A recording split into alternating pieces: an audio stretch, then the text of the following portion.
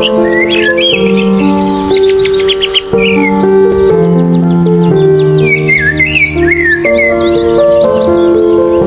আলাইকুম দর্শক, কেমন আছেন সবাই? আশা করি সবাই ভালো আছেন। সবাইকে হীরা গার্ডেন এন্ড ব্লগ থেকে স্বাগত। আমার হাতে যেই পার্পল কালারের ফুলটি দেখতে পাচ্ছেন, সেটি ইংরেজিতে বলে গ্যাংটিকা ফুল। এই ফুলটিকে টবে করে দেব। টবে দেখতে অনেক সুন্দর দেখাবে, টবে করে হ্যাঙ্গিং করে দেব।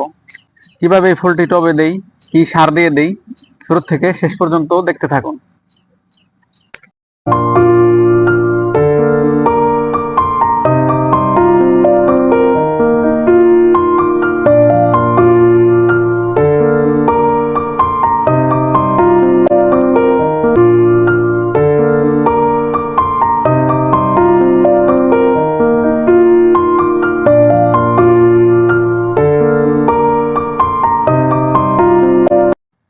একটি একটি করে 8 পিস ফুলের বস্তা আনার পর এই 8 পিস টপ করে দেব। টপ করে আমাদের বাগানে হ্যাঙ্গিং করে দেব, ঝুলিয়ে দেব।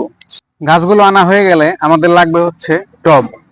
আমি 3 কালারের টব নিয়েছি, কারণ হচ্ছে 3 কালারের টব দেখতে, কালার কালার টব দেখতে অনেক সুন্দর লাগবে। এগুলো হ্যাঙ্গিং করে দিলে খুব তাড়াতাড়ি বিক্রি হয়ে যাবে, তাই আমি 3 কালারের টব এনেছি। আর আমাদের লাগবে হচ্ছে জৈব সার। মাটিতে জৈব উপাদানের জন্য জৈব সার প্রয়োজন, এতে করে গাছের বৃদ্ধি ভালো হয়। আর তারপর লাগবে হচ্ছে দোআঁশ মাটি। দোআঁশ মাটি গাছের বৃদ্ধিতে উপযোগী। এঁটেল মাটি কিংবা বালু মাটিতে ভালো হবে না, তাই আমরা দোআঁশ মাটি এবং জৈব সার নিয়ে নিচ্ছি। তো প্রথমেই আমরা এই টব নেব, টবের নিচে ছিদ্র করে দিব। এরকম করে 2টা করে ছিদ্র করে দেব, যাতে পানি নিষ্কাশন ব্যবস্থা ভালো হয়।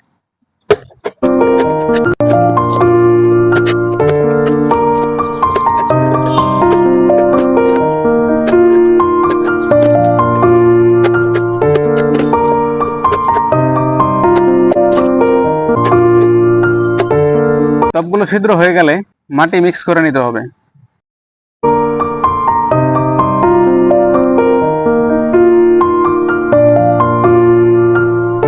মাটিতে জৈব সার মিক্স করার পর এখন এক এক করে টপ করে দিতে হবে।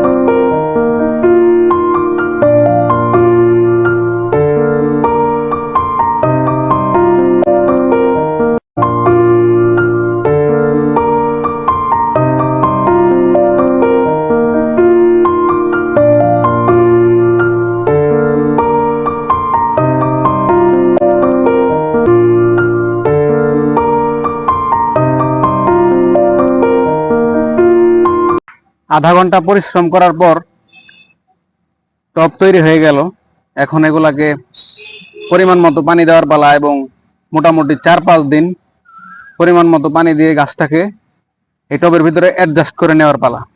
তারপর এগুলাকে হ্যাঙ্গিং করে ঝুলিয়ে দিলেই এক এক করে বিক্রি হয়ে যাবে।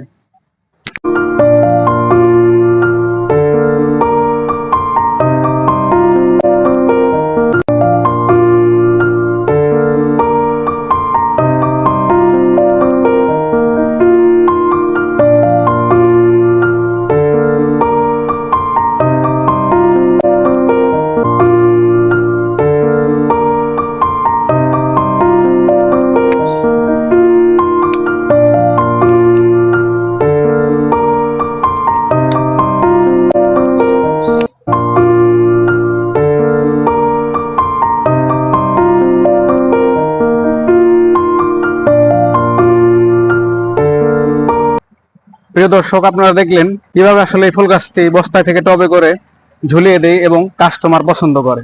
তো ভিডিওটি কেমন লাগলো অবশ্যই কমেন্ট করে জানাবেন। ভিডিওটি ভালো লাগলে অবশ্যই হীরা গার্ডেন লাইক এবং সাবস্ক্রাইব করতে ভুলবেন না। ফেসবুকে ফলো দিয়ে পাশে থাকবেন। সবাইকে ধন্যবাদ। দেখা হবে পরের নতুন কোনো ভিডিও নিয়ে। সে পর্যন্ত সবাই ভালো থাকবেন, সুস্থ থাকবেন। আসসালামু আলাইকুম।